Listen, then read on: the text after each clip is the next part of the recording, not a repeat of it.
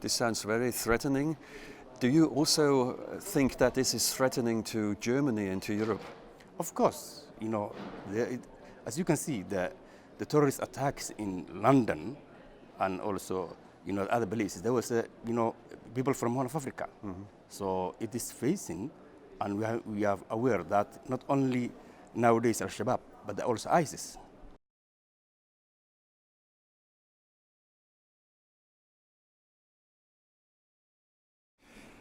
Heute bin ich hier im Europäischen Parlament in Brüssel gemeinsam mit Kaysar Abdullah Mohamed. Kaysar war ehemaliger Vizeminister für die Regierung von Somaliland und ist aktuell ein Senior Advisor für die Regierung vor Ort. Ich spreche heute mit Kaysar über die Sicherheitslage am Horn von Afrika, aber auch die Auswirkungen auf die umliegende Region um Länder wie Somalia, Kenia, Tansania. Von dort kommen ungute Meldungen, was die Sicherheitslage betrifft. Zunehmend stellen wir fest, dass terroristische Aktivitäten islamistischer Gruppen immer weiter um sich greifen und dies auch Auswirkungen auf Deutschland und Europa hat. Deswegen werde ich jetzt Kaysar einige Fragen stellen und ich bin gespannt auf seine Antworten. Kaysar, what is the actual threat? The main threat in Horn of Africa is terrorism, and we have been facing that terrorism for many years.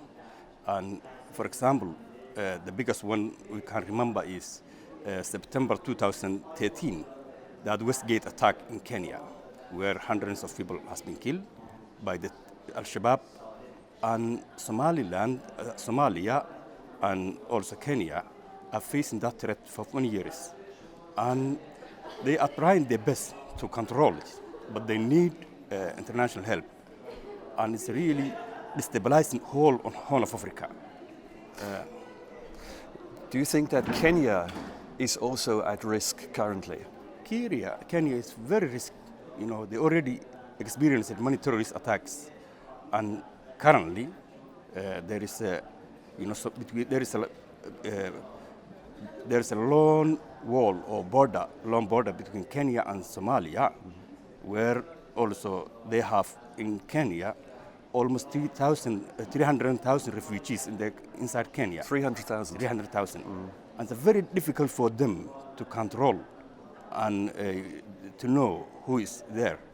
So they are very risky, and they are very risky with every day and every hour and every year. And Kenya and Somalia needs both of them to work very closely and to tackle this terror issue. So what you are actually indicating is that there is a constant infiltration coming from Somalia into Kenya from various terrorist groups. Exactly. That's what we that's what's happening now. But only not that, but the Kenyan citizens have been radicalized, and Kenyan citizens now joined Al-Shabaab camps in South Somalia. There is a Kenyan citizens who are also attacking, Kenya forces in Somalia and also inside Kenya. So it's really out of order now when you see, when you look at back about 10 years ago. So Kenya is very risky, Somalia is very risky, and Horn of Africa, region is really facing that threat. This sounds very threatening. Do you also think that this is threatening to Germany and to Europe? Of course, as you can see, the terrorist attacks in London and also other places, there was people from Horn of Afrika. Mm-hmm. So it is facing, and we are aware that not only nowadays Al-Shabaab, but also ISIS. So this threat is not confined on Horn of Africa. It is an international problem, and it will really needs that whole international community to work together.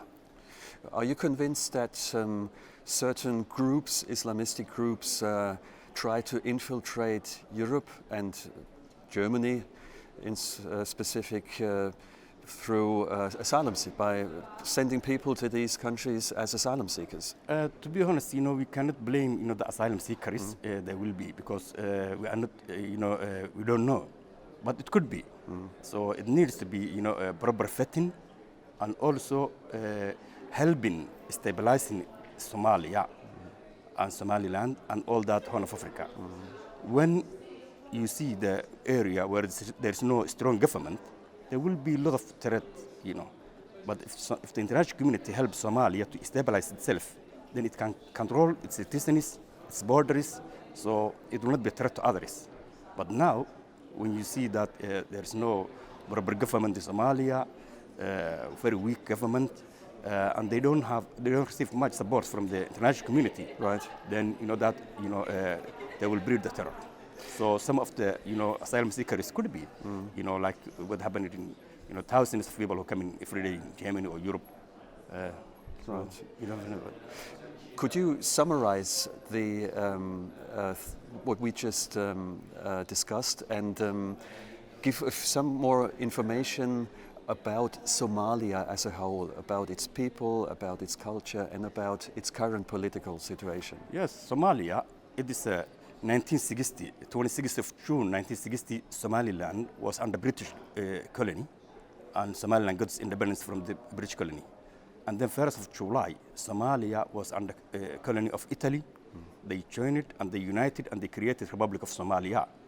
Then 1991, Somaliland people decided to separate and to reclaim the independence because of the experience of 30 years of unity with Somalia. The Somalia, at that time, they were a dictator government, and he killed over 50,000 Somalilanders. And then for that experience, Somalilanders, they decided to separate from Somalia. They formed their own government, democratic, stable government, stable country, where there's no Al-Shabaab, there's no pirates, while Somalia is still struggling to stand its feet. And that's where the threat comes. That threat is not only from, it's not threatening Europe or anything, but the Somaliland is the first country they are threatening. So what we really need is international community to realize and take its responsibility, and also accept the reality that the Somaliland and Somalia are now two different states. So it needed to be really to work, with the Somaliland people who build the country. They take responsibility. They have stability, democracy. They have elections, every 5 years. The current president is the 5th president who came through the ballot box, and it's rarely, you can see that kind of government in Horn of Afrika. So it really those who advocate for democracy need to help Somaliland to continue and to be an example for others and Somalia. So it is a deplorable situation in Somaliland, in Somalia as a whole. Yeah. The people are threatened by terrorism. There is no perspective for young people to find work. Exactly. And it's up to Europe and the European Union and the countries in Europe and the international community to support the people in this region and this country in order to give them a perspective and have a good life in this region. That's absolutely right. Yeah. I say thank you very much. Thank you. Kaysar, I say thank you very much. Thank you. Vielen Dank, dass du da warst, und alles Gute. Thank you very much. Thank you. Thank you.